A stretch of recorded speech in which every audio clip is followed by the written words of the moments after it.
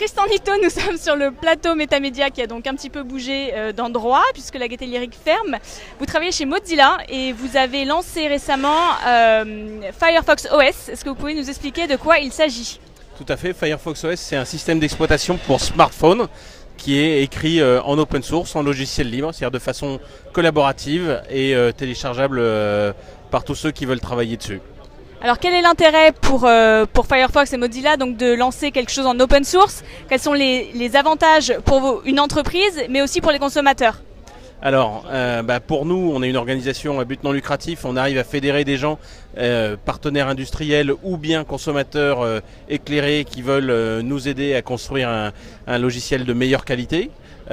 Donc avec un accès à des ressources qu'on n'aurait pas pu avoir autrement, et ça nous permet de concurrencer des gens comme Microsoft ou Google puisqu'on a une échelle beaucoup plus grande.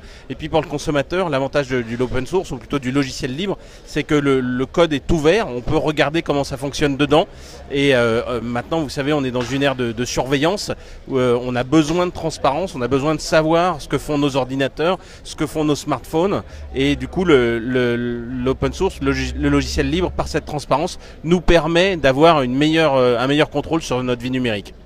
Alors est-ce que l'écosystème et l'environnement général en France permet un bon développement justement de l'open source, ou au contraire est-ce qu'il y a des freins, des contraintes qui font que c'est difficile à développer?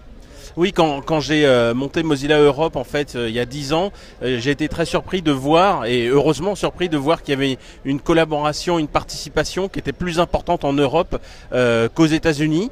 Entre autres peut-être parce que le mode associatif est plus accepté, on va donner de son temps pour une cause dans laquelle on croit, et en fait les valeurs du logiciel libre et de l'open source résonnent vraiment avec l'esprit français et européen, et ça marche aussi très très bien en Allemagne. Les gens ont envie d'avoir un système qui contrôle et qu'ils améliorent et dont ils sont fiers. Et donc ça marche mieux que d'acheter un produit sur une étagère qui est fabriqué on ne sait où par des gens qu'on ne connaît pas.